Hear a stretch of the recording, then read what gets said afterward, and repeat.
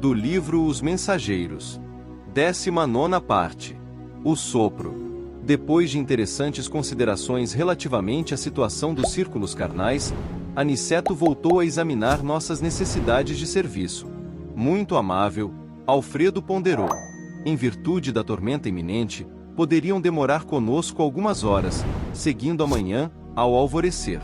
E, com profunda surpresa, ouviu afirmar: poderão utilizar meu carro até a zona em que se torne possível. Fornecerei condutor adestrado, e ganham muito tempo com a medida. Não cabia em mim de tanto espanto.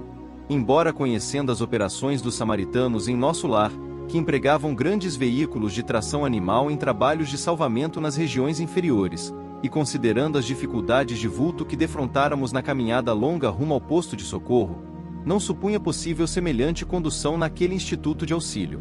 Soube, mais tarde, que os sistemas de transporte nas zonas mais próximas da crosta são muito mais numerosos do que se poderia imaginar, em bases transcendentes do eletromagnetismo.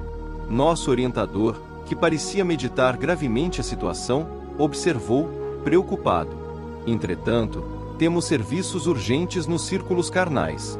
Vicente e André precisam iniciar aprendizado ativo.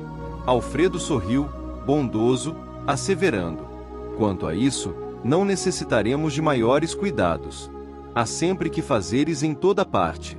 Onde houver espírito de cooperação da criatura, existe igualmente o serviço de Deus.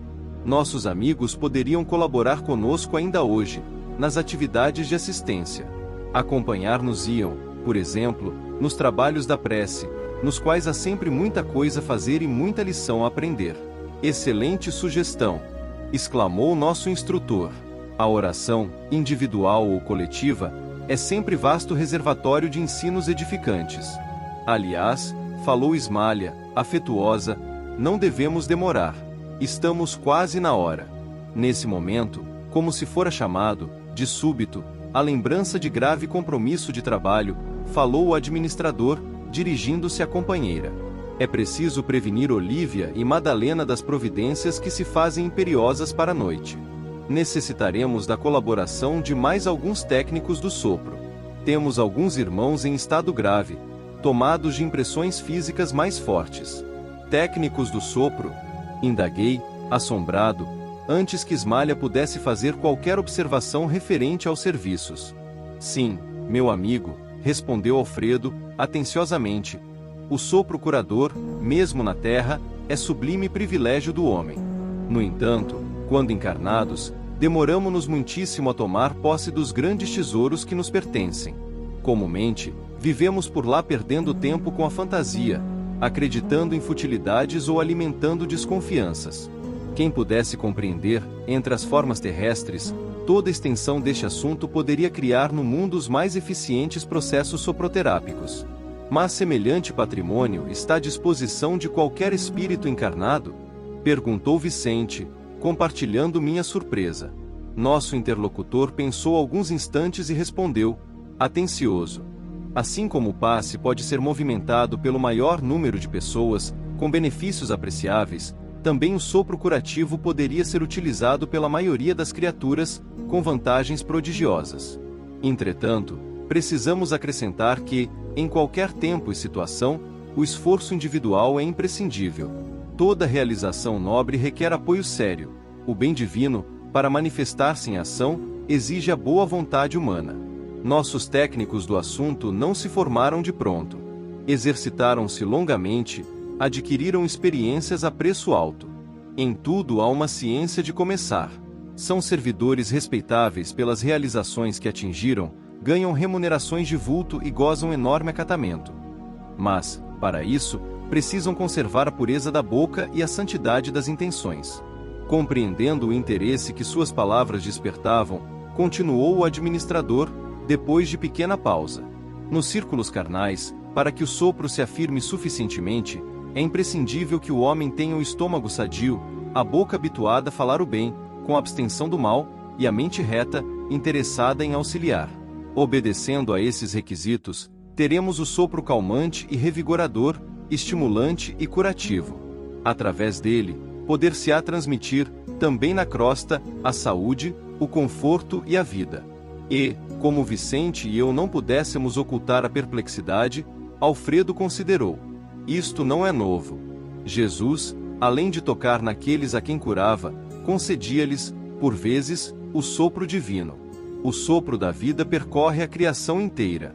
Toda a página sagrada, comentando o princípio da existência, refere-se a isso. Nunca pensaram no vento, como o sopro criador da natureza. Quanto a mim, desde o ingresso em Campo da Paz, quando fui ali recolhido em péssimas condições espirituais, tenho aprendido maravilhosas lições nesse particular.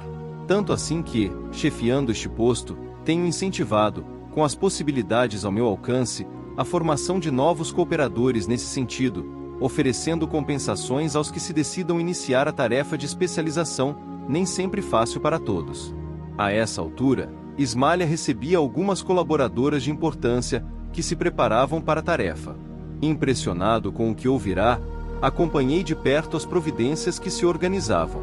Encontrando-me, porém, mais a sós com Aniceto, transmiti-lhe minha enorme surpresa. Respondeu-me ele em tom confidencial: esquecem-se vocês de que a própria Bíblia, aludindo aos primórdios do homem, narra que o Criador assoprou na forma criada, comunicando-lhe o fôlego da vida.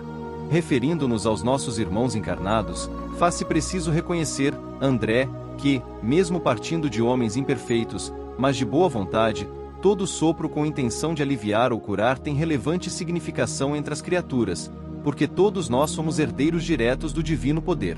Aliás, é necessário observar também que não estamos diante de uma exclusividade. Você, por certo, passou muito ligeiramente pelo nosso Ministério do Auxílio.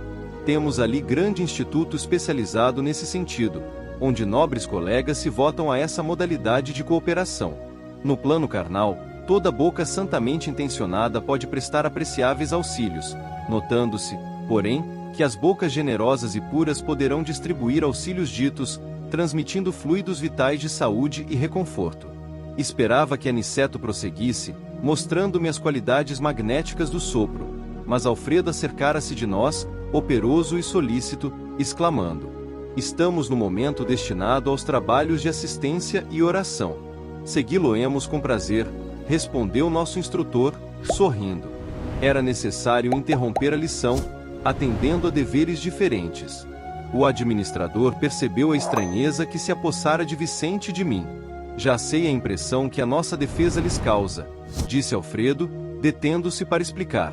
Fixando-nos com um olhar muito lúcido, continuou: